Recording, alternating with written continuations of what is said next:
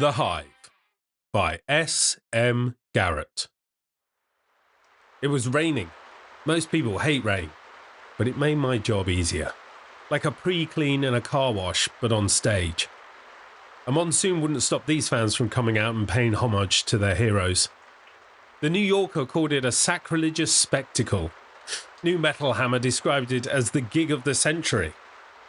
That was a hell of a claim in the same century that fell and played to 1.5 million people in the Vegas Holodome.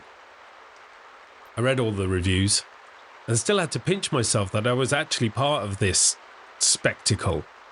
Pinch, punch, or stab me in the face that I couldn't escape this torture. Why they hadn't shut us down was beyond me. But the crowds kept coming. The cities kept booking us.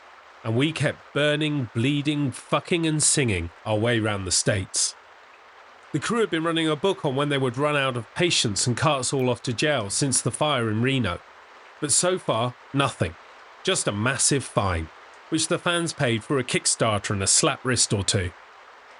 I figured Gina Savage had lovers in high places and wasn't afraid to use them. Hell, Gina wasn't afraid to do anything. Anything I could come up with, at least. A tour like this had a lot of crew. Riggers, Sparkies, Soundies, Roadies, Vidiots, Darren the crew manager, Nikki the groupie wrangler, not her official title, but, you know, rock and roll, and me, the Imagineer. I hated that title, but like everyone else, I wasn't going to argue with Gina Savage. Savage by name and all that.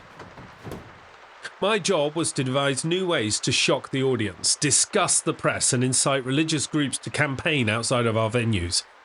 At first, it had been a bit of fun.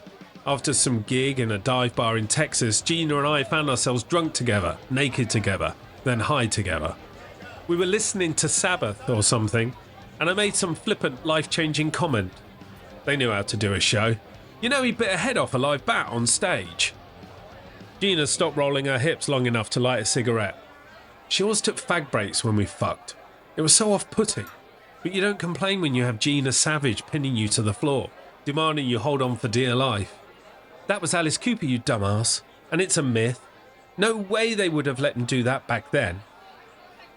It's true, I read. Gina took the cigarette out of her mouth and brought it down on my chest. She missed burning my nipple off by a centimetre. The smell of burnt hair hit my nose before the pain did. Ketamine was the real deal back then. I growled at her. She laughed. I dared her to drink half a pint of a fan's blood on stage and, well, the rest is rock and roll, Hall of Fame, 6 albums and nearly 1 billion slathering worker bees paying homage to the Hive and my psychopathic ex, Gina Savage. I was awakened from my daydreams by the clang of a third and final cage hitting the stage deck. I watched as it descended into the floor on the grav lift. Jesus, what kind of band can afford a grav lift on stage? The frickin' Hive, that's who. Don't jolt that thing, it's sedated. Don't want it waking up too soon, eh? I shouted across the stage. The 2 local crew I had roped in to helping me looked around nervously. The cage was covered. The stage was empty. I never let anyone see the surprise.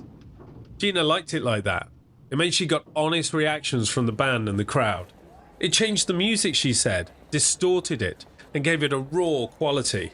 Yeah, there's nothing rawer than your drummer dying of a heart attack when his drums explode, or the bassist finds himself flying into the audience, but the not-so-safe wire is wrapped around his thigh and cuts through like a block of cheddar. It was funny at first, then serious, then dangerous, and recently downright nasty. Gina had no boundaries, and she demanded I keep pushing us further and further. I was getting nervous about this. I'd gone too far this time, but I knew that. I knew this was the only way out of this Dante life I'd created for myself. Everyone else had escaped, some in one piece. Once she had tired of using me as a human ashtray, Gina moved on to our ex-lighting designer, then our ex-road chief, and, well, you get the idea. Now it's just me and her, and tonight, we would both be set free. From the wings, I could see they had started letting the crowd in. They couldn't see me, though. That's the beauty of neo-mesh gauze, like a one-way mirror on stage. It works, I promise you. Gina and I screwed in front of 75,000 people and not one of them knew.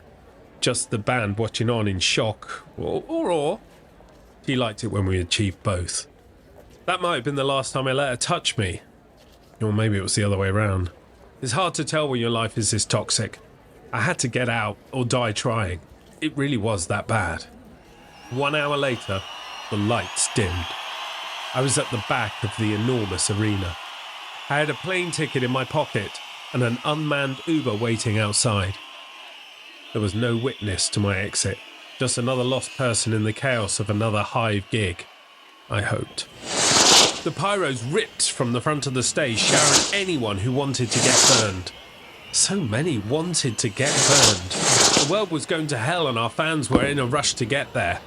Be my guests, I thought. But by the way the lighting op looked to me, I said it out loud. Raise the lift, I ordered. Already? He questioned, his hand hovering over the control button. Yes! I slammed my hand down on his and the lift was activated. Gina was still waving to the crowd as they patted out the fires that had sprung up on their brand new aptly named Kill 'Em All tour t-shirts. At the back of the stage, the 3 cages began to rise up. I thought I could hear the growling and snarling of the screaming crowd. That was impossible, of course. It was actually coming from me. The noise grew deep inside, my teeth were baring and the crew gave me space, lots of space. I stood watching transfixed. All thoughts of fleeing were suddenly replaced by the rage of 10 years of semi-consensual abuse and the realization that I wanted the answer to the question, where were you when those bears ripped Gina Savage apart on stage? I wanted the answer to be in the control room, releasing the safety chains. Now that's the kind of story that becomes a rock and roll myth, even if it's true.